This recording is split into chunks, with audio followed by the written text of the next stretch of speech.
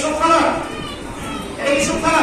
নবী করিম সাল্লাল্লাহু আলাইহি ওয়াসাল্লাম বলেছেন স্ত্রী মারা গেলে স্বামীর জন্য 3 দিন নীরব থাকা, স্বামী মারা গেলে স্ত্রীর জন্য 3 দিন নীরব থাকা, 700 টাকা আমরা মানুষের সাথে বেশি কথা না বলা, মানুষ না বুঝে তার ভিতরে আনন্দ।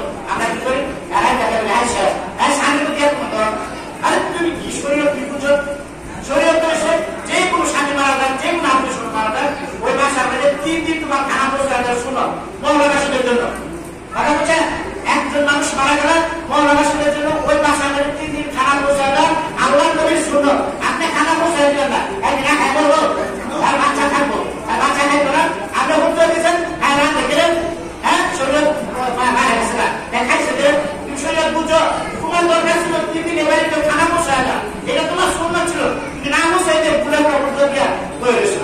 তুমি 3 দিন পৌঁছে দিবেন আর পরে সে রান্না বিষয় খানা পৌঁছে দিলে এখন রান্নার সমস্যা দরকার নাই, তুমি রান্না দাও তখন তুমি নিয়ম থাকো, কিন্তু আপনি খানা পৌঁছাইছ না, কোনো কিছু করছেন না, বাহাই গিয়ে রান্না আর বাচ্চা তুমি শরীরে বুঝা হয়েছে। হ্যাঁ এই জন্য 3 দিন খানা পৌঁছাই দিলেন, এটা সুন্নাত, এটা অনেক বড় সুন্নাত। আল্লাহ নবী বলেছেন কোন ব্যক্তি মারা গেলে সে সুকাম হয়, তুমি 3 দিন খানা পৌঁছাই দাও, সকালে পৌঁছাই একজন, দুই পরে একজন, রাত্রে একজন, এরকম ভাবে মহল্লাবাসীর জন্য সুন্নাত হলো ওই বাড়িতে 3 দিন খানা পৌঁছাই দাও। এই সুন্নাতটা কাম করতে ইনশাআল্লাহ আমরা সবাই পালন করতে অনেক পরিশ্রম।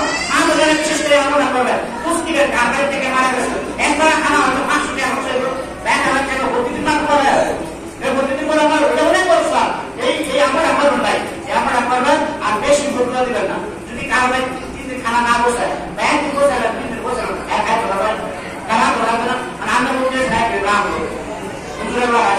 বড় কথা বলেছি অথচ তুমি কত বড় ছেড়ে দিচ্ছ এক বলতে পারছো